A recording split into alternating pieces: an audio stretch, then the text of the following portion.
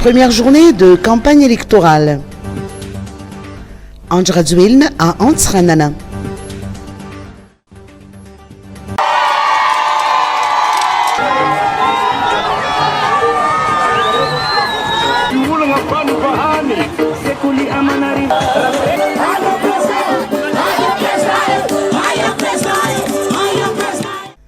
Le candidat numéro 3 du bulletin unique, Andrazuelna, a été accueilli dans la liesse hier mardi après-midi dans la ville d'Antsranana pour sa première journée de campagne.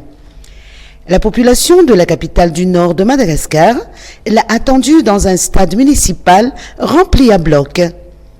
D'entrée de jeu, Andrazuelna a déclaré que le pays a besoin d'un dirigeant patriote et non en quête de pouvoir. À cet effet, il a affirmé qu'il devrait être ce dirigeant tant escompté et qu'aucun concurrent ne serait en mesure de le surpasser dans cette élection du 9 novembre. Comme à son habitude, Andrazuelna a dressé un bilan sommaire des réalisations de son régime en termes d'infrastructures publiques à Antsranana, telles que le stade municipal Manarapench, les hôpitaux, les lycées, la maison de la culture et de la communication, la maison des finances ou encore la route de Ramène. Il a rappelé que le pays a besoin d'un dirigeant ayant des initiatives louables. Pour assurer la continuité, il a donc invité la population d'Antsranana à voter pour le candidat numéro 3 aux couleurs orange. Aujourd'hui, pour sa seconde journée de campagne, le candidat Andrazuelna a été à Nivrano.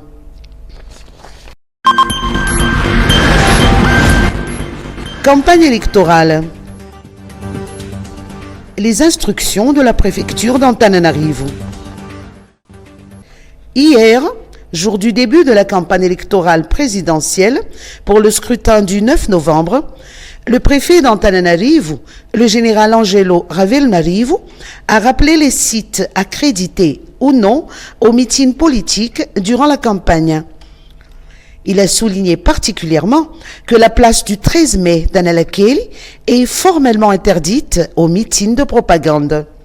Il en est de même des places de marché. En revanche, la préfecture a annoncé des mesures de sécurité particulières au profit des candidats, ainsi que des dispositifs de sécurité publique durant la propagande. Le préfet a également rappelé que la campagne électorale s'étale sur 30 jours. À ce sujet, la Haute Cour constitutionnelle a convoqué tous les candidats à la présidentielle à une réunion à Mbouida ce matin. Aucune information n'a filtré de cette rencontre à laquelle ont assisté les 11 candidats ainsi que le représentant du candidat Andrazuelna. Le candidat Andrazuelna, pour sa part, était absent et n'a pas été représenté. Vaccination contre la poliomyélite. La campagne démarrera le 17 octobre. Madagascar est parvenu à améliorer la qualité de la vaccination qui est passée de 63% au premier tour de vaccination en mai 2023 à 86% au second en juillet 2023 et à 88% au troisième tour en septembre, selon le bilan complet de ces campagnes. Le ministère de la Santé publique et ses partenaires comptent d'améliorer ses performances avec cette quatrième et dernière vague de campagne de vaccination contre la poliomyélite de cette année qui s'étalera du 17 au 20 octobre. Météo. De la pluie à partir de vendredi.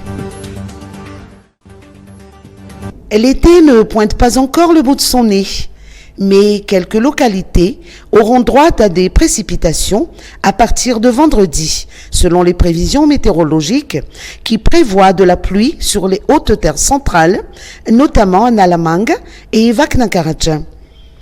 Depuis samedi dernier, le service météorologique faisait état d'une qualité de l'air relativement malsaine, particulièrement pour les personnes sensibles.